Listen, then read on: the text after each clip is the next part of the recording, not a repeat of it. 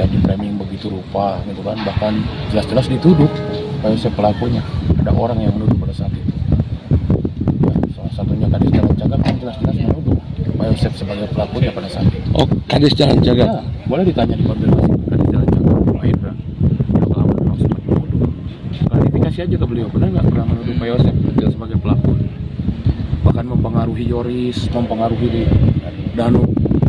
jadi dari awal-awal sudah Dari awal.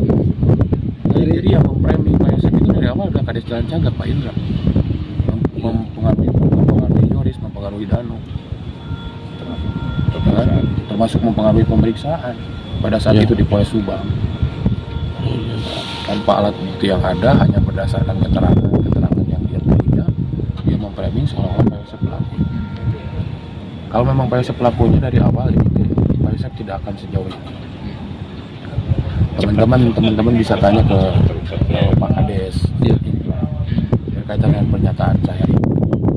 Karena beliau sendiri langsung sudah ngomong ke saya. Pada saat waktu itu Yoris menjadi kuasa hukum saya.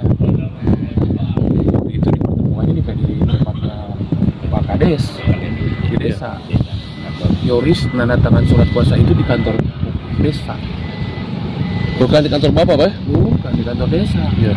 Pertemuan di Desa Jalan Cagat, dan pada saat itu difasilitasi Kades Indra. Iya.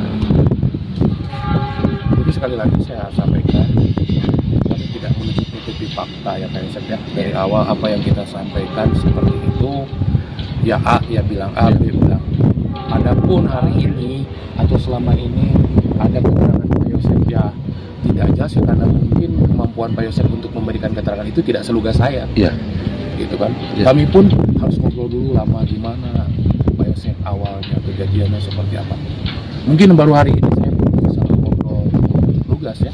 Ya. Ya ini informasi mengejutkan nih, Bang. Ya. Karena kita baru dengar hari ini nih. Dan Pak Yosep pun saya yakin tidak melakukan ini, dan dari awal saya lebih ramai di media sosial karena ada yang memframing masalah ini. Apa mungkin, Bang, pemeriksaan hari ini Ibu Min akan ada buka-bukaan, Bang? Saya pikir tidak ada yang perlu dibuka lagi. Apa Ya. yang sudah disampaikan itu sama keterangannya dengan yang ada di Polres Subang. Ya. Ya, tetap tidak berubah. Ya. Tidak berubah. Apa yang diketahui kemudian dituangkan dalam BAP di Subang dengan yang ada di Polda Jabar itu tidak jauh berbeda. Semua framing yang terjadi sudah disampaikan, Bang. Kalau framing itu sudah sampaikan, itu kan tidak ada kaitannya dengan perkara. Kejadian hanya pasca kejadian ada framing. Ada framing, kan? betul. Seolah-olah Pak Yosep itu adalah pelaku. Ya. Dari kuasa hukum apa tidak ada tindakan untuk mengklarifikasi atau ini perkara bukan perkara masalah pencemaran nama baik atau apa-apa ya. Ini perkara yang utamanya adalah menghilangkan nyawa. Iya. Ya, ini bukan masalah manusia ini. Ini masalahnya adalah masalah menghilangkan makhluk Tuhan ini. Iya. Nyawa manusia jelas-jelas ciptaan Tuhan. Buat saya itu terlalu sepele lah masalah seperti itu. Kalau melaporkan seseorang dengan pencemaran nama baik, Ya. di saat ada perkara yang jauh lebih urgent adalah Lebih masalah urgent, hukum. ya. Kami tidak melihat itu sebagai prioritas, ya. Ya mungkin ya kita sadari bahwa itu mungkin bagian dari proses yang kami harus hadapi, terutama Pak Yosep. Di framing begitu rupa, disudutkan. Untuk pada saat itu Pak Mul meminta saya mendampingi Pak Yosep. Kalau pada saat itu tidak saya dampingi, mungkin ceritanya akan lain. Ceritanya tidak akan seperti ini.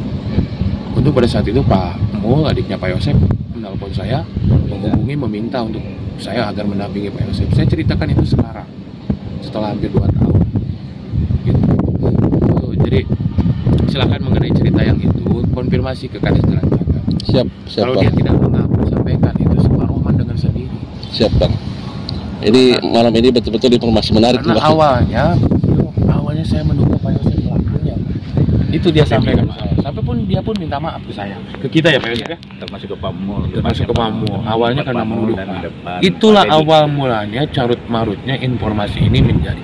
Karena memang beliau membuat statement yang tidak jelas, mempengaruhi Yoris bahkan pada saat itu. Danu dan Yoris itu di awal-awal dipengaruhi oleh Pak Kades Indra. Awalnya dulu saya yang mau mendampingi Pak Yoris itu ya Pak Yosep. Pak Yosep meminta dan Pak Mul supaya sekalian aja yang didampingi itu Yoris. Tetapi pada saat tanggal 23 Agustus 2 tahun yang lalu kami datang, itu sudah Yoris hilang. nggak bisa dihubungi. Ya kan, baru ketahuan pada saat itu Yoris pun ngobrol ya Pak Yosef, disuruh ngumpet oleh Pak Kades. Jauhi berarti ya. Jauhi Pak. Itu jauhi Pak Yosef. Istri dan anaknya aja, istri dan anaknya dibunuh, apalagi kamu, gitulah kurang lebih bahasanya seperti itu. Dipayahan. Ya makanya klarifikasi berita itu, ya silakan teman-teman klarifikasi ke, silakan nggak apa-apa kalau dia nggak mengaku juga nggak apa-apa karena saya udah dengar. Ya, cuman teman-teman silakan itu klarifikasi keterangan saya ini ke Pak Kades Jalan Cangga. Kalau memang dia ini ya dia ingat apa yang dia bicarakan, saya ingat sekali ya Pak Yosef, Betul. di hadapan saya, di hadapan Pak Fajar pada saat itu. Penting ini buat mengklarifikasi karena selama ini tuduhan-tuduhan itu kan mengkerucut ke Pak Yosef nih ya. Betul. Baru hari ini saya pun leluasa, saya enak berbicara dengan teman-teman. Nah, itu. Silakan diklarifikasi Siap. bahwa tuduhan awal itu bermulanya bukan dari Yoris maupun Danu, Dari awal itu ya kan? sampai ke Ibu Kapolres. Ya kan? Bahkan ya pada saat itu ya tuduhan-tuduhan itu ya kecurigaan-kecurigaan awal itu disampaikan kepada penyidik sehingga muaranya ke Pak Yosef. Ya. Itu sekali lagi tolong teman-teman diklarifikasi keterangan ini ke yang bersangkutan. Oke, siap. Benar tidak keterangan Pak Rohman ini? Siap. Kalau misalnya Pak Indra itu sudah bercerita seperti itu, dan saya yakin kalau Pak Indra masih nggak pelupa, pasti ingat apa yang dia bicarakan. Kenapa? Karena framing yang selama ini yang teman-teman ketahui seolah-olah Pak Yosef pelakunya. Kalau Pak Yosef pelaku sampai hari ini Pak Yosef nggak bakal di luar. Ya, betul. Kalau Pak Yosef pelakunya melakukan itu, nggak mungkin Pak Yosef hari ini ada di luar. Tapi kan itu Tidak perlu waktu 2 tahun kalau misalnya memang Pak Yosef pelaku. Tapi kan tetap punya keyakinan apa yang mereka sepandai-pandainya tupai melompat Pasti akan. sekali waktu jatuh juga sepandai-pandainya orang menyembunyikan mayat sekali waktu akan tercium baunya juga itu yakin. Ya biasa. Kalau Pak Yosef pelakunya, teman-teman harus paham, nggak mungkin sampai 2 tahun. Nah, 1 minggu juga. itu dari awal. Karena apa? Maaf, sebelum saya didampingi oleh Pak Rohman, maaf, lebih daripada penyidik Pak Rohman menanya. Ya saya juga butuh Minta yakin. videonya. Jangan sampai nanti Pak Yosef ditanya akhir-akhirnya. Saya pun harus yakin ya, saya pun harus yakin. Saya waktu itu bilang, Pak Yosef kalau Pak Yosef pelakunya ngomong ke saya bantu. Kalau Pak Yosef bukan pelakunya silakan cerita yang sebenarnya. Dan alhamdulillah Tapi jujur sampai aja. hari ini itu cerita yang sebenarnya. Kalau Pak Yosef itu memang betul datang ke TKP pada saat TKP sudah seperti itu. Dan tidak ada rekayasa, tidak ada apa-apa. Betul yang dilakukan oleh Pak Yosef itu. Datang ke TKP dan TKP sudah seperti itu. Mobil masih panas, sudah berbalik arah, Pak Yosef tidak bisa mengendarai mobil. Karena itu fakta yang sampai hari ini tidak bisa Jangankan diabaikan, itu faktanya. Jangankan mundur, maju pun nggak bisa pakai mobil. Ya alhamdulillah ya, karena dengan banyak teman-teman, banyak YouTuber, ini jangan sampai rebruk dan ini harus sampai tuntas, harus sampai terungkap. Kayak ini harus sampai terungkap dan yakin saya kepada pendamping Pak Rohman. Terus berkaitan mengenai yayasan, yang punya otoritas pada saat itu adalah Yoris. Iya. Harus dipahami. Segalanya ya, Pak Yosef itu terbatas kapasitasnya pada saat itu, apalagi sekarang. IT-nya saya akan di bawah. Ya kan urusan IT Pak Yosef tidak paham. Kemudian Pak Yosef pun hari ini tidak terlibat ya Pak Yosef, tidak terlibat ya urusan yayasan. Dan sebagai pembina ya Cuma segala satu ya. Pokoknya beginilah, siapapun ya, saya berdoa semoga Allah memberikan hidayah Amin. kepada para pelakunya ya, Amin. kepada pelakunya siapapun ya, diberikan hidayah supaya setelah ini pelakunya melihat video ini misalnya diketuk hatinya oleh Allah, mau mengakui segala perbuatannya. Aduh, saya merinding nih. Ya, saya yakin siapapun pelakunya di luar sana yang pada saat ini mungkin menonton channel ini ya, saya doakan mendapatkan hidayah dari Allah. Amin, amin, amin. Dan hatinya datang ke Polda Jabar mengakui perbuatannya. Amin, amin. Saya pikir itu akan jauh lebih mudah daripada membuat misteri seperti ini ya. Berlama-lama terus. Ya, daripada menimbulkan fitnah, sudah membunuh, fitnah juga.